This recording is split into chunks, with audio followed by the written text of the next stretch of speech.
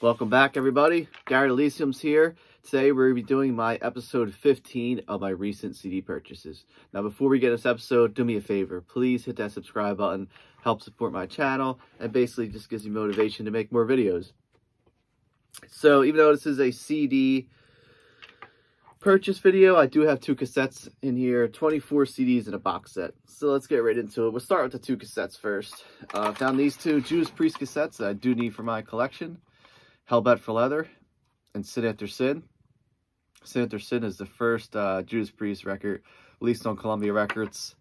Hellbent for Leather, the amazing album from 1978, right before they would make one of the greatest live albums of all time, Unleashed in the East. All right, next up, we're getting to the CDs. And the first 3 are basically just to add to my Elton John collection. I know these aren't some of his strongest albums, but needed to complete my collection. 1995's Made in England. And then this is from 2006, Songs from the West Coast. It's actually not a bad album. I do enjoy it a little bit. Oh, I'm sorry, this is 2001. I got confused with something else. And then this is a tribute album, 2 Rooms, celebrating the songs of Elton John and Bernie Taupin. Features a lot of different artists covering Elton John songs, like Eric Clapton's on here, Sting, The Who, The Beach Boys, Joe Cocker, John Bon Jovi, Tina Turner, Hall & Oates, Rod Stewart, Phil Collins, Bruce Hornsby, among others. Excuse me, as soon as that decent weather hits, my allergies start up. Next up, we have Freddie Mercury's solo album, Mr. Bad Guy. This is a special edition, released on Hollywood Records from 2019. Really strong effort from Freddie. You know, it's solo. It does sound like late 80s Queen. I mean, this is up there with like stuff like The Miracle and Innuendo. So pretty strong album. Next, Van Morrison with St. Dominic's Preview. For some reason, I did not own this, and I thought I did. I know I definitely have had this in the past. Not sure what happened. Features his big hit, Jackie Wilson Said. One of his, well, that's a big hit for him. Say not one of his biggest hits, but it was a hit for him. Next up is another compilation I grabbed. This is only $1. Best of Great White, 1986 to 1992. I already own a Great White Greatest Hits, and I do like the band a lot, and for $1, I couldn't pass this up. Another Greatest Hits CD I thought I had in my collection, but I didn't. Cheap Trick, The Greatest Hits. 1990 release from the band. It features some of their greatest stuff from, you know, the beginning up into the late 80s with their big selling comeback album they had, Lap of Luxury. And this one I picked up, it was like 50 cents, Rockstar Supernova. So, after thinking about it, I remember there was a reality show back in like the mid-2000s. This was released in 2006, so I'm guessing it was around the same time, where, you know, rock stars, it was kind of like an American Idol almost, but for, you know, rock music. And it features Tommy Lee on drums, Gilby Clarke on guitar, and Jason Newsted on bass. And Lucas Rossi, which I'm not familiar with him, I guess he was the winner of the show, on vocals. Didn't listen to this yet, though, but I was kind of interested, especially for the price, given that it's got, you know, Tommy Lee and Jason Newsted on it. They probably make up an interesting rhythm section, so I'm going to try this out.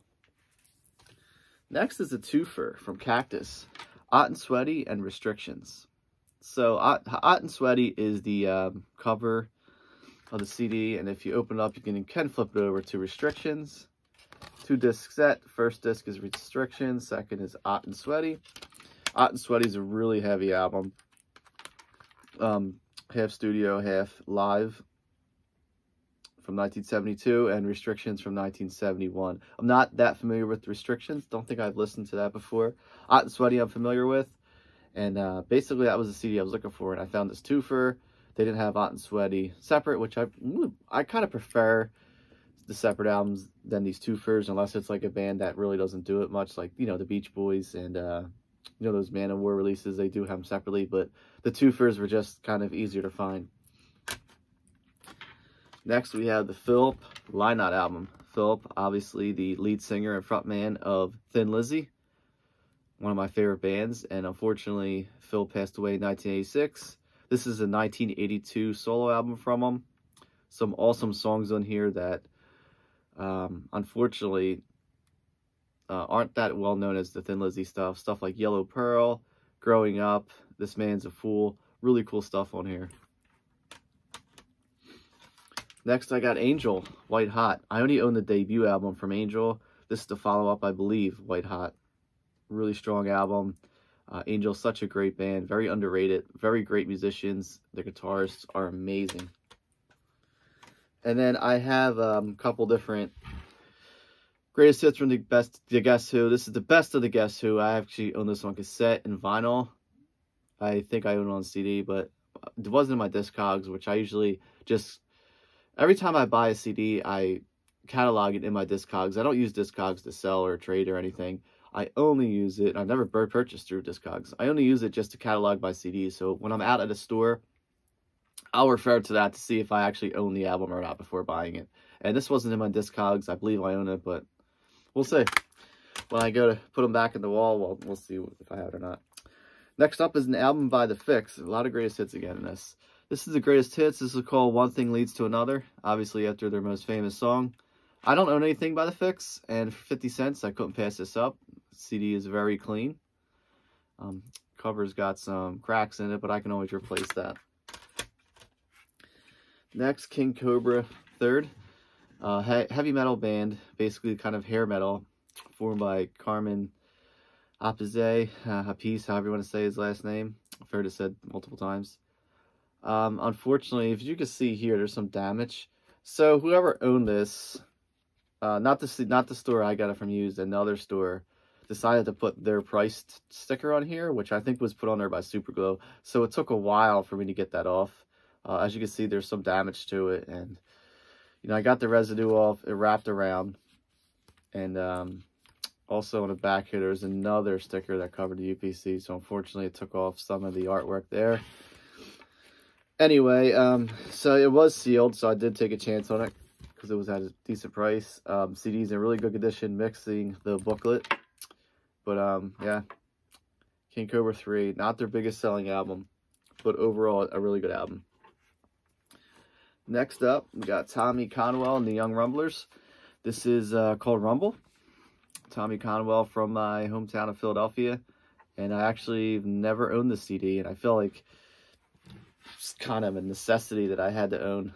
I remember he was a DJ on one of the local radio stations, 94 WYSP, which is now a sports station, and used to be a rock station, but it was kind of more the harder rock, and they would play metal and things like that. And anyway, cool album here. Tommy Conwell is a really good frontman and musician, and unfortunately he just didn't have the nationwide acclaim like he deserved. Next, this is Ministry. In case you didn't feel like showing up live, obviously it's a live album from Ministry, released in 1990. Okay, 6 tracks on here. I've been getting more into Ministry lately. I know I would listen to them, you know, back in the very early 2000s, late 90s. Haven't listened to them in a long time. Getting more back into it. I'm not just a huge fan of the industrial stuff, but I do enjoy Ministry and, you know, 9 Inch Nails early stuff from time to time. All right, still going. Gentle Giant, Freehand. Obviously, Gentle Giant, one of the greatest prog rock bands of all time. I feel like they're an underrated prog rock band. They're well loved in the prog rock community, but they're not that well known outside of it. Cool album cover here. I mean, it's really simple when you look at it, like the way they made it, but I think it's pretty cool. All right, next up, we have a Japanese import, Y&T, Yesterday and Today, and Rock We Trust. Really good at rocking album from them. Features the great Dave Manichetti, obviously, on guitar. I mean, there's just some good stuff on here. Masters and Slaves, I'll Keep on Believing, Don't Stop Running, She's a Liar, This Time, which ends it. Really cool stuff here. I mean, so the artwork can go either way. It could be kind of cheesy, but kind of cool at the same time. Next, we have Uriah Heep, Salisbury. So the reason the artwork is sideways there in the CD is because of the booklet. When it was released on vinyl, it opened up like this.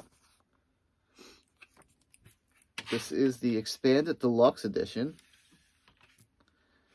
United Kingdom import from 2004 on Sanctuary Records. Really cool album.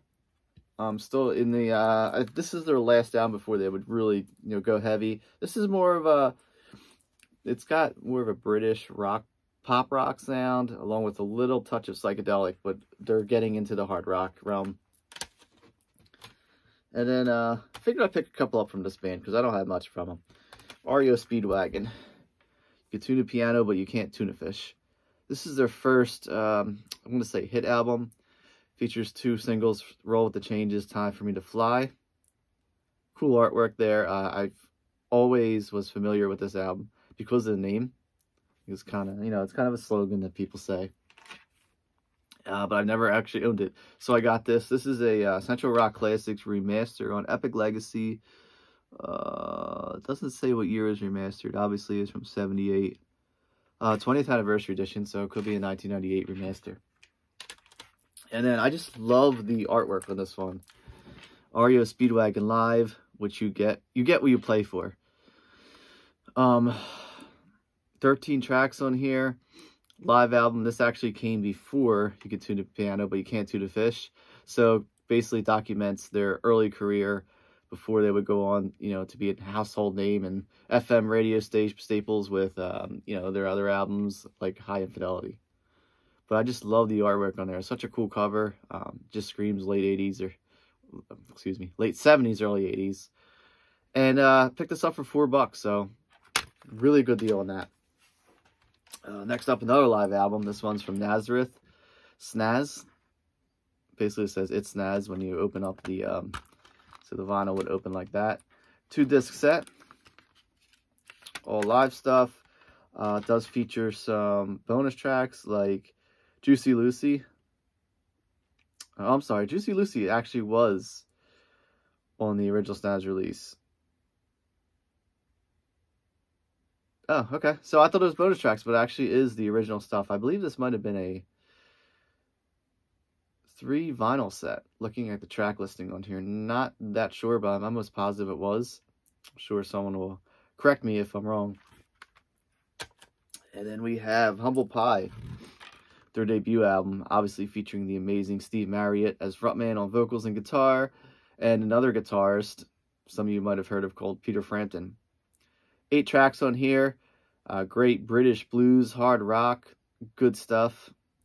Really great band, Humble Pie. And last CD we have here, well, not the last, second to last, I should say, Billy Squier. This is a BGO Records twofer. Emotions in Motion and Signs of Life. So there's the sleeve there, 2-disc set. Really cool artwork there. You see the photo from Andy Warhol. But there's a really good essay in the booklet. It's cool to read. And these BGO remasters are really good. I have a couple other ones, twofers. I know the Allman Brothers band, I have a twofer for it. But they're really good remasters. Imported from England. This is a 2021 release, so this is brand new, basically. And the last one I have is a box set from Alice Cooper. This is old school.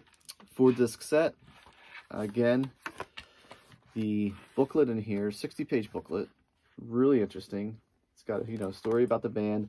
Documents their early years from 1964 to 1974. Although there's nothing that early on 64. It starts with 66. A song called No Price Tags, when they were known as the Spiders. So 2 discs of just, demos, outtakes, rehearsals, radio ads, which are really cool to hear. Disc 3 is an interview disc with the band. And disc 4 is titled Bootleg CD, Killer Live, St. Louis, 1971. So basically, it's the Killer Tour. 12 tracks altogether, but I would say probably 10 tracks, because the first track is an intro, and then to get into the intro, Be My Lover, then it goes into Be My Lover.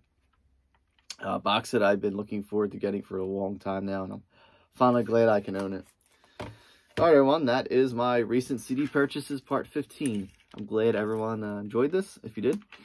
And again, thank you for everyone who's been watching. Thank you to all my subscribers, new and old. And I'll be seeing you in the next video. Thanks, take care.